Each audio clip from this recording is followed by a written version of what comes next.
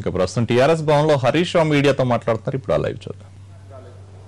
సీమాంధ్ర ప్రాంతంలో తుఫాన్లు వస్తే మాత్రం ముఖ్యమంత్రి గారు హెలికాప్టర్ వేసుకొని పోతాడు. రాష్ట్ర ప్రభుత్వ యంత్రాంగం అంతా స్పందిస్తుంది.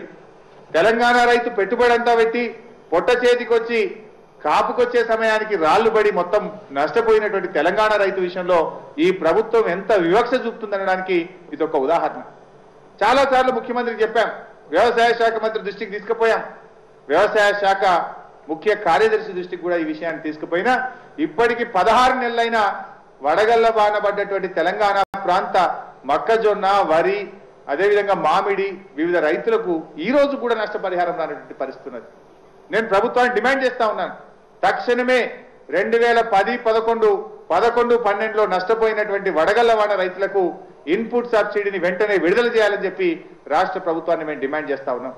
కేబినెట్ లో తెలంగాణ మంత్రులు వెళ్తున్నారు, మరి ఏం చేస్తున్నారు మీరు కేబినెట్ లో తెలంగాణ ప్రతినిధులుగా?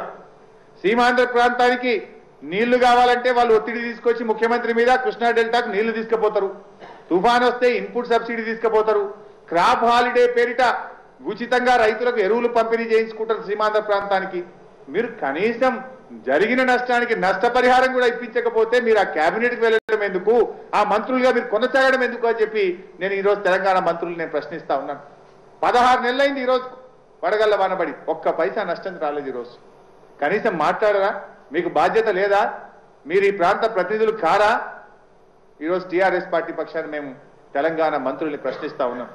ముఖ్యమంత్రి గారు వెంటనే జోక్యం చేసుకొని ఈ యొక్క ఇన్పుట్ సబ్సిడీని విడుదల చేయాలని చెప్పి ప్రభుత్వాన్ని డిమాండ్ చేస్తా ఉన్నాం.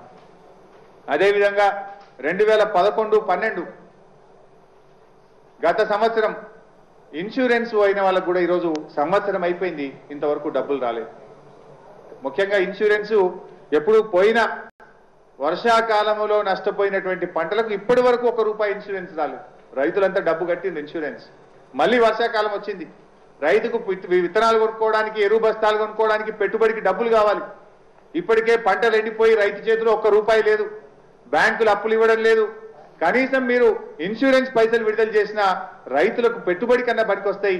ఈ రోజు వరకు ఆ ఇన్సూరెన్స్ విడుదల చేయడానికి ప్రభుత్వం తరఫున ఇనిషియేషన్ లేదు, ఇన్సూరెన్స్ కంపెనీతో మాట్లాడిన దాఖలాలు లేవు, వ్యవసాయ శాఖ మంత్రి ఒక రివ్యూ పెట్టినటువంటి పరిస్థితి లేదు. ఈరోజు మేము ప్రభుత్వాన్ని డిమాండ్ చేస్తున్నాం, గత సంవత్సరం ఏ రైతాంగం అయితే నష్టపోయిందో, ఎవరెవరైతే ఇన్సూరెన్స్ కట్టినో వారందరికీ వెంటనే యుద్ధ ప్రాతిపదికన ఇన్సూరెన్స్ ను విడుదల చేయాలని చెప్పి కూడా మేము ప్రభుత్వాన్ని డిమాండ్ చేస్తా ఉన్నాం.